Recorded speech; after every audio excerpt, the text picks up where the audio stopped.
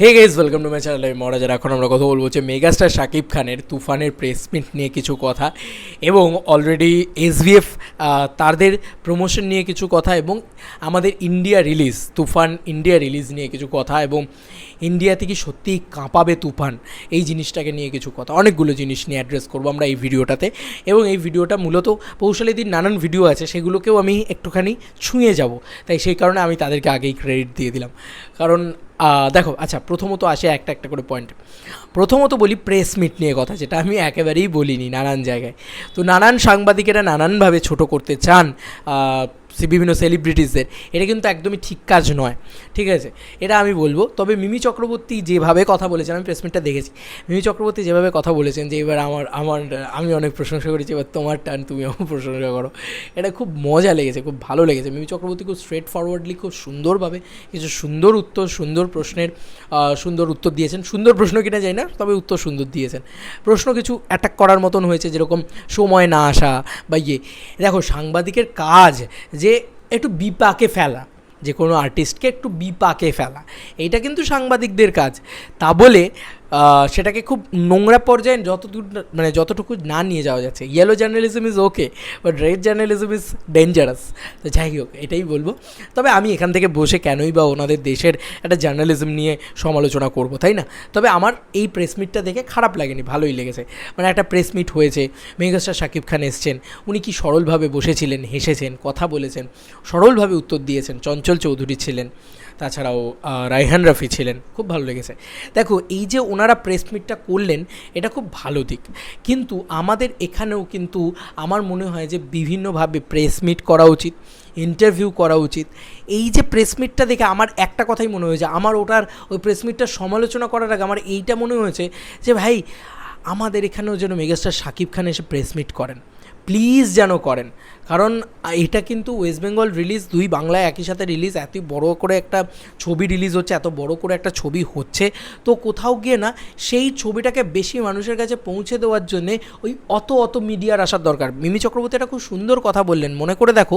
মিমি চক্রবর্তী বললেন যে বাংলাদেশ মিডিয়ার প্রচণ্ড দম, প্রচণ্ড ক্ষমতা বাংলাদেশ মিডিয়ার, যে প্রচুর ঘরে ঘরে মানুষের কাছে পৌঁছে দিতে পারে। তো তাই তারা যখন এসছেন, তাদেরকে ধন্যবাদ যে তারা তুফানকে ব্লকবাস্টার করার পথে এগিয়ে নিয়ে যাচ্ছেন। এবং টিম কতটা আশাবাদী, কারণ ওটা মেগাস্টার শাকিব খানের ছবি, তাই জন্য তারা কতটা আশাবাদী যে তারা এটা বুঝিয়ে দিচ্ছে যে এমনি ব্লকবাস্টার ভাই, কোনো কথা নেই, চাহিদা রয়েছে, সব জায়গায় অ্যাডভান্স বুকিং খুলছে, হেভি রেসপন্স ক্রিয়েট করছে, তো এটা একটা মারাত্মক রকম বিষয় আর কি। যাই হোক, এইটা আমি বলবো যে আমাদের এখানে একটা বড় করে তামঝাম করে প্রেস মিট হোক, এবং সেখানে ইউটিউবার্স তথা বাকি সবাই যেন ইনভাইটেড থাকে। সেই প্রেস মিটটা একটা গ্র্যান্ড গালা প্রেস মিট হোক, ঠিক আছে। এবং তার সঙ্গে সঙ্গে আমি চাই আফরান নিশো, অনেকেই বলতে পারে আফরান নিশো আর শাকিব খান একটা ভার্সেস আছে, যদিও আফরান নিশো কী করেছে শাকিব খানের সাথে ভার্সেস হয় I don't know. Shakib Khan was a megastar, Shakib Khan is a megastar, Shakib Khan is a biggest megastar in Bangladesh. Afran Nisho তো একজন অভিনেতা, কী করে তার সাথে তুলনা হয় আমি তো বুঝিই না, কোনোভাবেই বুঝি না। আমি জানি না যে ওয়াই এটা হয়, কারণ এখানে দেবদা ভার্সেস জিদ্দা হয়, তার কারণ আছে, কারণ দুজনেই সমান সুদক্ষ এবং সমকক্ষের একজন মেগাস্টার বলা যেতে পারে, বা সুপারস্টার বলা যেতে পারে, তাই জন্য তাদের তুলনা হয়। কিন্তু ওখানে তো ওটা তুলনা হওয়ার কোনো জায়গা নেই, তাই না? যাই হোক, এখানে এসে আফরান নিশো যেটা করেছিলেন, বিভিন্ন ইউটিউবার্সদের, বিভিন্ন মানুষজনেদের, তাদেরকে ইন্টারভিউ দিয়েছিলেন। আমি বলছি যে শাকিব খান আর রায়হান রাফি দেবেন, হয়তো মেবি দেবেন রায়হান রাফি, কারণ রায়হান রাফি একজন খুবই ভালো মনের মানুষ। আমি বলছি না শাকিব খান খারাপ মনের মানুষ, আর শাকিব খানের মতন ভালো মানুষ পাওয়া যায় না। ওনার ইন্টারভিউ দেখছিলাম, উনি খুব ভালো মানুষ, উনি খুব ভদ্র কথা বলেন, খুব ভালো লাগে। তো আমি চাই যে উনি এখানে এসে, বাংলায় এসে, বাংলার মানুষজনেদের ইন্টারভিউ দিন। আমাদের এপার বাংলা, মানে কলকাতার বাংলার মানুষজন, মানে যারা ইউটিউবার্স রয়েছেন, তাদেরকে ইন্টারভিউ দিন। শাকিব খান, ইয়েস, স্বয়ং শাকিব খান। এবার তুমি বলবে ভাই শাকিব খান এখানে এসে কেন ইন্টারভিউ দেবেন ইউটিউবারদের, কী যায় আসে ওনার তো এমনি বক্স অফিসে হিট আছে ভাই বাংলাদেশে, এমনি হয়তো উনি প্যান ইন্ডিয়া রিলিজ করলে হিট করে দেবেন। তো উনি কলকাতাতে রিলিজ করলেও হয়তো ভালো ব্যবসা করবে, কিন্তু আমি এখানে একটা কথা বলি, image is ultimate thing, image সব থেকে বড়ো জিনিস। তো ইমেজ এখানে দেবদার সব থেকে ভালো, উনি ডেকে ডেকে সবাইকে ইন্টারভিউ দেন। জিদ্দারও প্রচণ্ড ভালো, দেখো না এই রিসেন্টলি কয়েকদিন আগে বুমেরাঙের সময় আমাদেরকে দিতে পারেননি প্রমোশনের সময়, তাই পরবর্তীতেও দিয়েছেন। তো কোথাও গিয়ে এই যে একটা গুডউইল ক্রিয়েট হওয়া না, সেইটা কিন্তু কোথাও গিয়ে আমার মনে হয় যে মেগাস্টার শাকিব খান যদি আমাদেরকে ইন্টারভিউ দেন একটা গ্রাউন্ডেড লেসে পৌঁছে যাবেন আমার মনে হয়। এটা আমার মনে হয়, আমাদের সাথে কথা বলা বা আমাদের চ্যানেলগুলো প্রচুর মানুষ দেখে এমনটা নয়, এমনটা আমি বলছি না।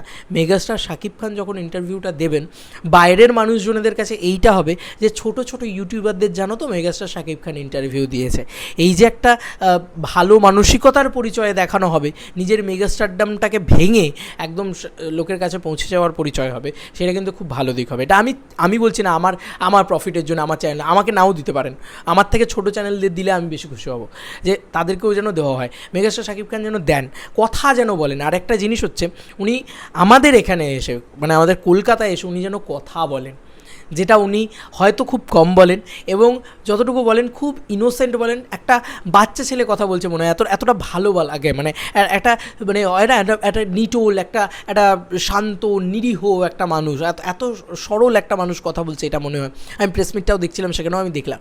তো কোথাও গিয়ে উনি যদি আমাদের কলকাতায় এসে কথা বলেন, যত বেশি উনি কথা বলবেন তত কিন্তু ওনাকে আমাদের এখানকার মানুষজনেরা ওনার মতন পার্সোনালিটিটাকে চিনবে। আমাদের এখানে কিন্তু সিনেমা চলে পার্সোনালিটির ওপরে, যে একটা লোক কেমন, তারপরে তার বেসিসে সেই অনুযায়ী সিনেমা দেখতে যাওয়া হয়। এখানে কিন্তু স্টার সুপারস্টারের আগে সেই সুপারস্টারটা কতটা ভালো মানুষ সেইটা আগে দেখা হয়।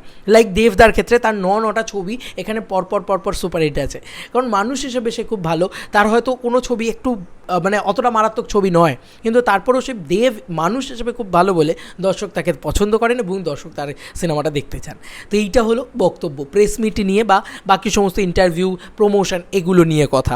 এবার তোমাদেরকে আসি যেটা বলার, এসভিএফকে নিয়ে যে কথাটা, কারণ এসভিএফই পারে কিন্তু এই সব কিছুকে অর্গানাইজ করতে কলকাতাতে এবং প্যান ইন্ডিয়াতে।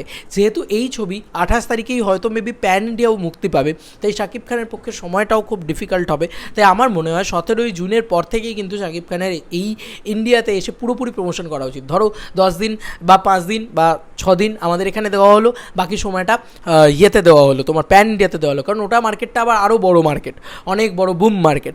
তো সেই মার্কেটেও কিন্তু promotion very much important thing. SVF কিন্তু অলরেডি প্যান ইন্ডিয়াতে ছবি রিলিজ করেছে, তাই তারা প্যান ইন্ডিয়ার সিনেমা জানে যে কীভাবে কী প্রমোট করতে হয়, কী করতে না হয়। তারা কিন্তু আমাদের এখানকার অন্যতম বড় প্রোডাকশন হাউস, তাই তাদের কাছে অনুরোধ, তারা যেন এই যে তাদের হলগুলো রয়েছে, প্রায় 27টা না 28টা হল রয়েছে গোটা বাংলা জুড়ে, তারা যদি আজকে বিভিন্ন হলে তাদের পোস্টার লাগিয়ে দেয়, ধরো তুফানের, তারা যদি বিভিন্ন হলে বাইরে আর কি বলছি পোস্টার লাগিয়ে দেয়, বা তারা হলের ভিতরে শো করায়, এই যে আমাদের এখানে একটা জায়েন্ট রয়েছে, ঠিক আছে, বাইরে যেখানে এসভিএফের জায়েন্ট রয়েছে, কেউ সিনেমা দেখতে যাক বা না যাক, কেউ যদি পপকর্ন কিনতেও খেতে যায় বা কেউ যদি ফুড কোর্টে খেতেও যায়, সেই জায়েন্ট থেকে তারা সিনেমা এসভিএফে কী চলবে বা কী আসবে আপকামিংয়ে সেটা দেখা যায় সেখানে, ঠিক আছে। এই হুগলিতে কথাই বলছি, এই আমাদের এখানে পশ্চিমবাংলায়। তো এটা যদি এসভিএফ এই জায়েন্টে যদি তুফানের টিজটা চালাতে শুরু করে, বিভিন্ন ছবির সাথে যদি তুফানের টিজটা চালাতে শুরু করে, এখানকার দর্শক কিন্তু অবগত হবেন তুফান নিয়ে।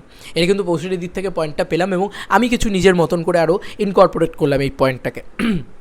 এবং এসভিএফই কিন্তু পারে সব কিছুকে বড় করে উড়াধুরা লাগাতে, যাকে বলা যেতে পারে, এবং এসভিএফ পারে ম্যাক্সিমাম হল দিতে, সেটা হয়তো তুফান পাবে, কিন্তু প্রমোশন ইজ ইম্পর্ট্যান্ট থিং। সব কিছুর পিছনে আমাদের এখানে আগে প্রমোশনটা ওয়ার্ক করে। এই যে আজকে একটা বাঘাযতীন আমি ভিডিও তৈরি করেছি, বাঘাযতীন ছবিটা আজকে টিভিতে আসছে, সেটারও একটা লঞ্চ ইভেন্ট হচ্ছে, বুঝতে পারছো তো। এখানে প্রমোশনটা খুব ইম্পর্ট্যান্ট, কারণ এখানে প্রচুর কম্পিটিশন মার্কেট, বড় বড় ছবি রয়েছে। তো কোথাও গিয়ে এখানে কিন্তু প্রমোশন করাটা খুব জরুরি, যেটা কিন্তু ওখানে অতটা নয়। তাই এখানে একটা দেখবে রিলিজের আগে নিশ্চয়ই একটা ট্রেলার আসবে, ইত্যাদি আসবে, সেগুলো যেন ভালো করে প্রমোট হয়। ওই 2 দিন ছোটো স্প্যানে প্রমোশন হলো এমনটা যেন না হয়, এসভিএফকে রিকোয়েস্ট এটাই।